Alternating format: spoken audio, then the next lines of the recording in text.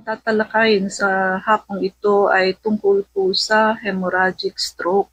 And dalawang klase po ang stroke. Merong infarct, merong hemorrhagic. When you say infarct, nagka-stroke kasi may bumara sa ugat. And when you say hemorrhagic stroke, nag-rupture kaya nagdugo ang ugat sa brain. And nangyayari ito pag nag-rupture ang brain, leading to bleeding within or around the brain.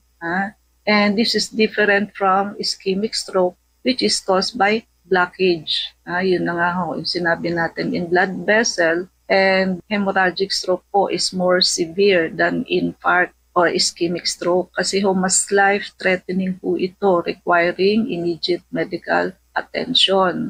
At ang hemorrhagic stroke po is not divided, but there are two types of hemorrhagic stroke. Number one is intracerebral hemorrhage, wherein yung bleeding ay nangyayari within the brain tissue itself. So, mismo sa brain tissue. And subarachnoid hemorrhage, yung bleeding occurs in the space between the brain and the thin tissues covering it, which is the subarachnoid space. So, subarachnoid dun sa spaces in between the brain. While mas severe ang hemorrhagic stroke because doon mismo sa brain tissue, nandoon po ang bleeding. And causes, syempre nangunguna ang hypertension, the most common risk factor as it puts pressure on the blood vessel, making them more prone to rupture. Pagka sobrang mataas yung BP, of course doon sa loob ng ugat, masikip po siya. So, pwede siyang pumutok at mag-rupture. Kahit walang, kadalasan kasi sa hemorrhagic stroke, yung nagka-trauma, yung head, like nauntog, car accident, yun But kahit walang ganun, pagka sobrang taas po ng BP ninyo, pwede kayong putukan ng ugat. Aneurysm, of course, wherein may mga weakened areas doon sa ugat, so blood vessel wall that can burst. Kaya nga ginawa yung mga long-acting anti-hypertensive, tulad ng amlodipine, felodipine, once a day ang inom. Inalis po, hindi naman totally inilis. Parang yun ang pumalit doon sa mga dating 3 times a day. Kasi pagka poor ang compliance ng pasyente, halimbawa 3 times a day, nakakalimutan inumin yung pangalawa at pangatlo, yung ugat natin parang close open. Lalo na or mas maganda kapag yung once a day. Kasi, bawa, isipin mo lang umaga, wala ka nang iisipin pa kasi pag nabisi ka, nakakalimutan yung gamot. Edi yung ugat imbis nakabukas, sisikip siya ulit. So, mas lalo nagiging brittle yung arteries natin kapag ganun. Kaya compliance is very important. Ngayon, bukod doon, isa yun sa reason at pagka may diabetes din ang pasyente, which is usually magkapatid na yan, na sakit, pinapahina niya yung wall ng ating arteries. So, minsan pagka may mahinang part na, nagbaballoon para kayong may ouching sa gilid ng wall ng ugat ninyo, na pagka masyadong mataas ang BP ninyo, so yung ouching yun, parang puntil, magbe-burst din po yun, magra-rupture din po yun.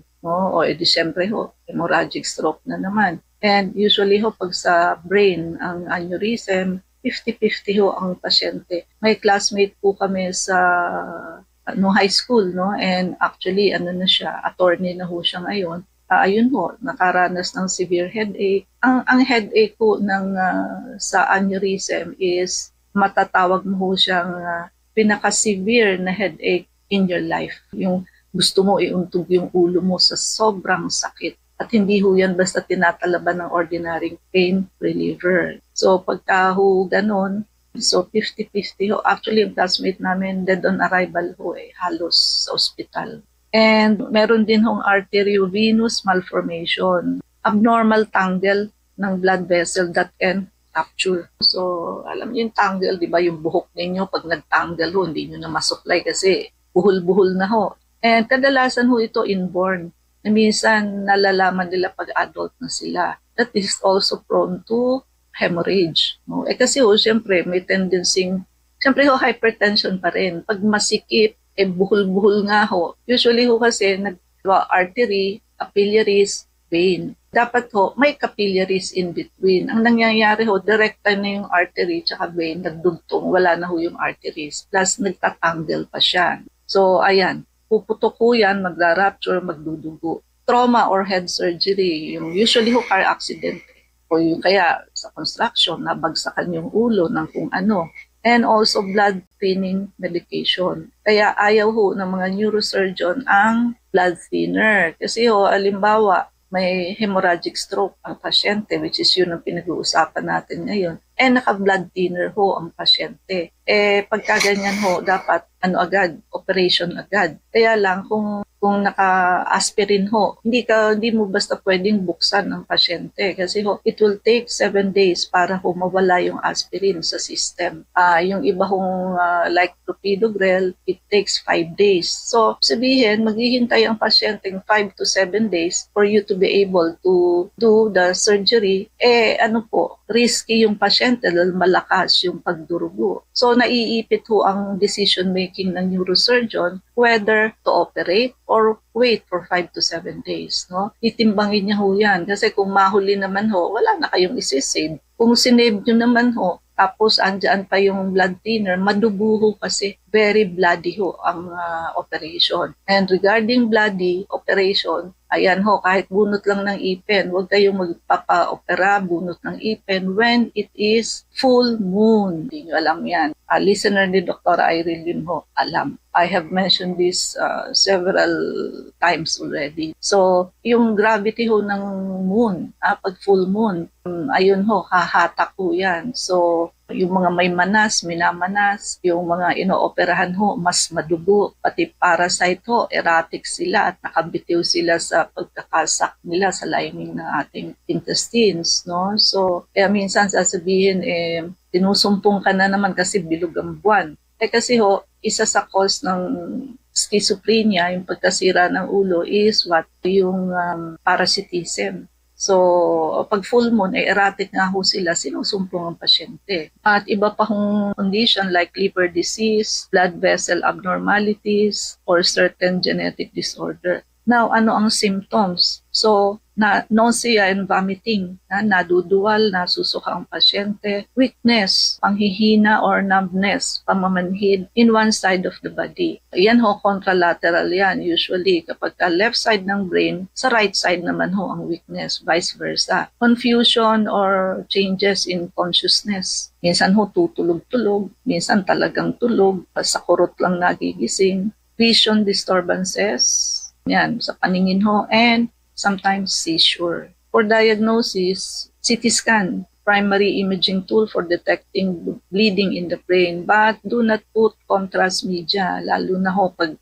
stroke ang pinag-uusapan. So, kasi kung bleeding, ay di lalo sasama yung contrast media doon sa nag-rupture na blood vessel. MRI, mas detailed ang images at pinagamit in some cases. Mas lesser din ang radiation, but mas mahal siya. Angiography sometimes performed to check for any aneurysm or abysmal. For treatment, immediate medical care to control the bleeding and reduce the pressure in the brain, surgery, medication, supportive care, monitoring and managing intracranial pressure.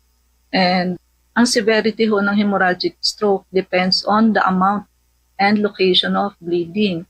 At complications can include brain damage. Mismong brain pwedeng ma-damage and increase, masikip doon sa loob ng brain. Pwede mag-seizure, magkaroon ng long-term neurological deficit.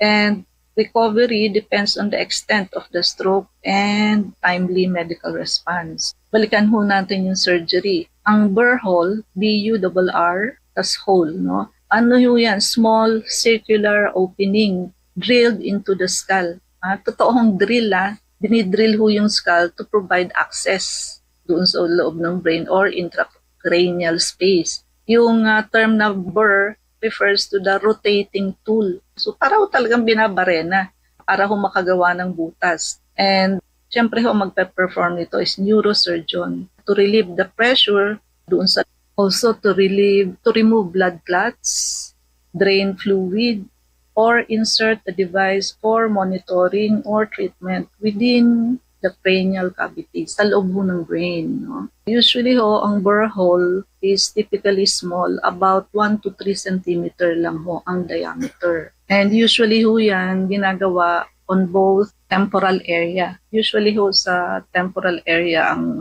kadalasang binobur hole. Ang mga risk and complication ng burr hole, of course, infection. As with any surgical procedure that is done, yung risk ho ng infection, lagi hong andyan yan. Bleeding. So kaya nga ho, wag full moon kasi madugo ho. There can be a risk of further bleeding or increased pressure if not properly managed. Also, damage to the brain tissue. Although rare naman ho, but there is a risk of accidentally damaging surrounding brain tissue during the procedure. Also, face ng complication ng seizure, no? The procedure and the subsequent changes sa intracranial pressure makaka-trigger ho ng seizure. And persistent symptoms, depende ho sa komplikasyon ng procedure. Ang benefit ho, syempre ho, minimally invasive lang siya, no? Than a craniotomy talaga, which is talagang bubuksan ho yung buong brain. And reduce ang recovery time, syempre. Less extensive, patient often experience shorter recovery period. And lower ang risk ng complication compared to extensive skull surgery. Ang mga indication ho for burr hole is hematoma evacuation to remove collection of blood, no? Which can be subdural or epidural hematoma. That is putting pressure on the brain, relieving increased intracranial pressure para ho to reduce the pressure within the skull and prevent damage. Yun nga ang sabi ko sa inyo, sakto lang kasi po yan, no? Any fluid or pamamaga will cause increased intracranial pressure sa brain, no? And burr hole is an access for draining fluid. Lalo na sa may mga hydrocephalus wherein excess CSF na kailangan hong i-drain to prevent pressure build-up. And ayun nga ho, para ho makapag-insert ng catheter for the administration of medication or to monitor intracranial pressure.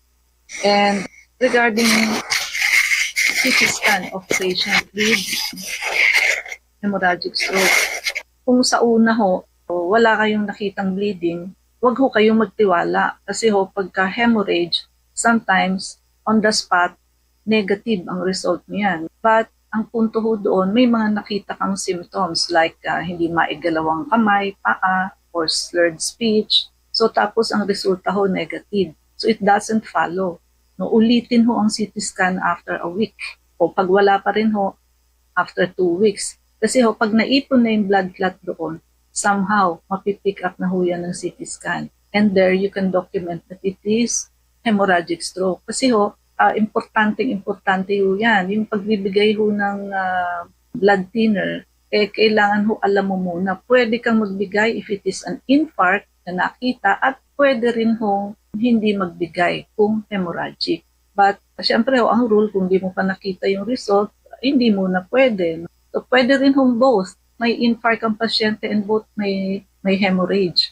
So, kailangan ho inuulit ang CT scan, lalo na kung days lang or weeks, lalo na kung ang suspicion niyo ho is hemorrhagic stroke.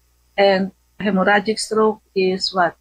Surgical emergency po yan, because it is deadly. No? Wake-up call for all diabetic and obese patients. So meron ho tayong anti-diabetic and anti-obesity protocol. Ito hong protocol na to ay unang-una, it is magic. Kung palagi kong sinasabi na walang magic, but this time, ito hong protocol na to is magic. Meaning, instant po ang result niya. Kaya magugulat kayo. And also, kami lang ho ang meron nito. Hindi nyo ho ito makukuhang treatment na to sa iba.